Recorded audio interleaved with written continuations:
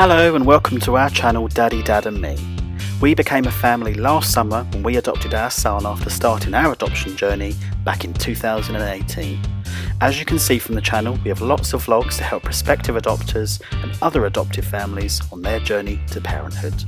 We have vlogged all about different aspects of our journey, from stepping foot right inside the adoption agency, the assessment process, and more recently, parenting little man. Here's today's vlog. Hi everybody, hope you are well. The vlog this week is a book review. We were very kindly sent a very new book that's not even yet out.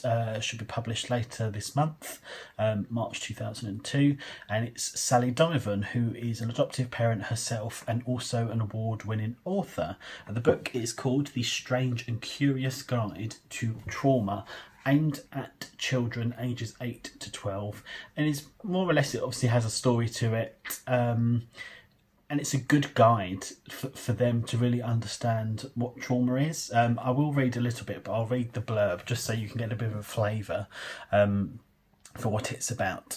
So it says, our book about trauma features buzzy bees stuck in your tummy, yes, and also science and superheroes, carrots and lambs, lollies, and unfortunately for me, baboons.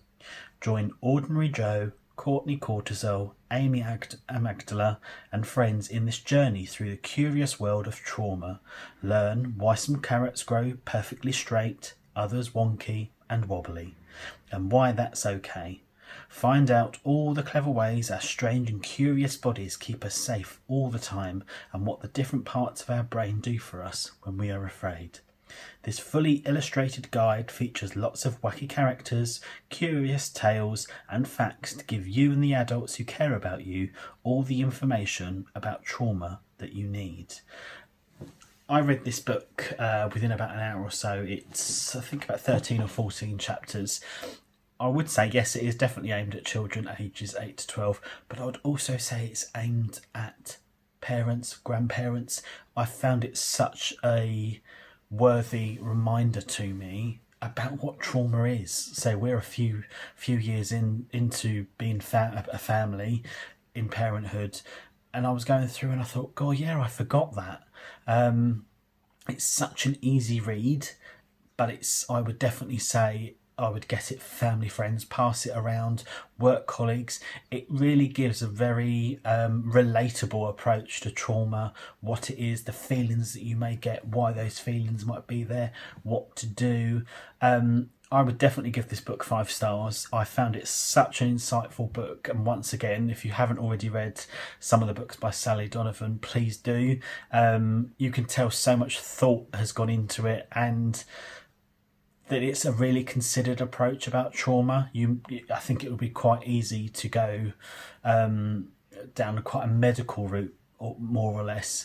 But I found, yeah, it was such an easy read. The chapters are relatively short as well, so you could even form part of it as some like more like bedtime reading or so, and you could just relate to the characters. Talking about the characters, what I was going to do, and if it was okay for the publishers, Jessica Kinley Publishers, in our review, I was going to read a chapter to you in which the characters are introduced to you, just again so you can get a real flavour of the book, how it's kind of the contents laid out, etc. They've got lovely illustrations as well all throughout. And yeah, it's there's a lot, I won't say too much, about staying alive and things like that.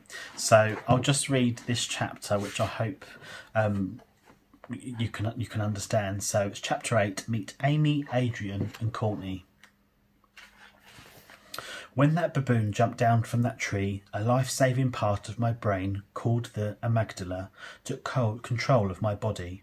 We'll call her Amy Amygdala. She won't mind.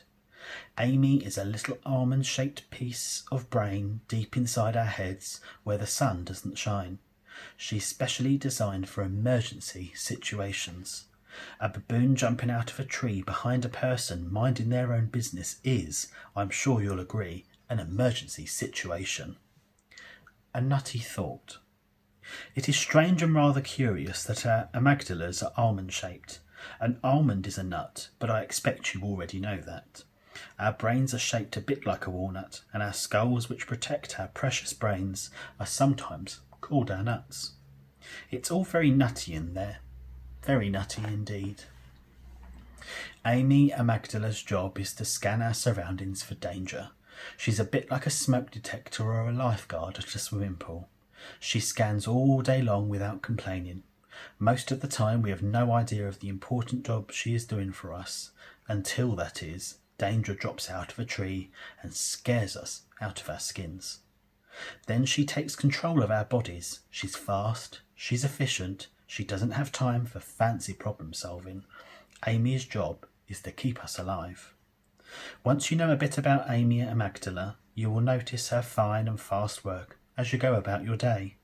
It is Amy who helps us to leap out of the way of a speeding car before we've even realised we've seen or heard a speeding car. It is Amy who notices a faraway rumble of thunder. It is Amy who spots a tiny spider running across the floor. It is Amy who reacts before we've even noticed a speeding car, a rumble of a faraway thunder, or a tiny spider, which is very quick indeed. She is one impressive nut-shaped piece of brain kit. Her impressiveness doesn't end there. She has some powerful and energetic friends. They can't wait to meet you. I'll let them introduce themselves. You'll have to forgive them because they talk very quickly. Are you ready? And then it goes on to talk about Adrian Adrenalin and Courtney Cortisol.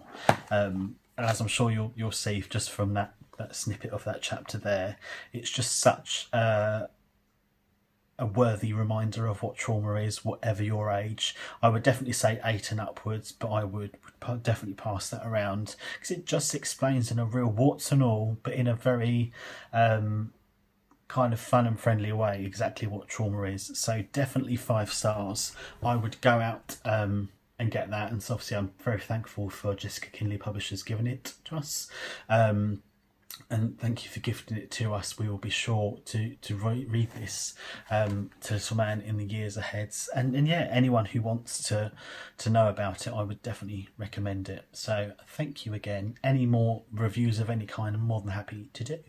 So yeah, hope you're all well, and we'll see you soon. Bye.